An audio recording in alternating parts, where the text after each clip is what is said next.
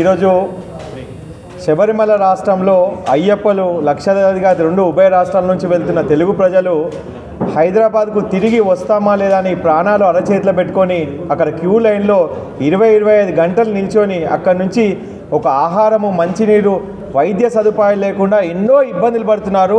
ఈరోజు తెలంగాణ రాష్ట్రంలో మా తెలంగాణ అయ్యప్ప వేదిక ఆధ్వర్యంలో మేము ఈరోజు ముఖ్యమంత్రి గారిని కలిసి అదేవిధంగా సిఎస్ గారిని కలిసి మేము మెమోరాండం ఇస్తున్నాము.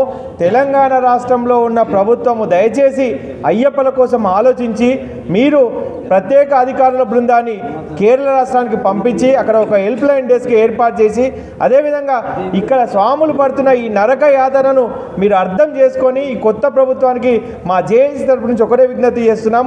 అయ్యప్పలకు ఎట్టి పరిస్థితుల్లో ఎటువంటి ఇబ్బంది జరగొద్దు. ఏ ఇబ్బంది జరిగినా మేమందరం రోడ్ల మీదకి వచ్చేస్తాం. ఎందుకంటే స్థానికంగా అన్ని జిల్లాల్లో ఉన్న గురుస్వాములకు మేము ఒకటే రిక్వెస్ట్ చేస్తున్నాం. మీ ప్రాంతాల్లో ఉన్న జిల్లా అధికారులకు స్వచ్ఛందంగా మీ మంత్రులకు ఎమ్మెల్యేలకు రిప్రజెంటేషన్ ఇవ్వండి.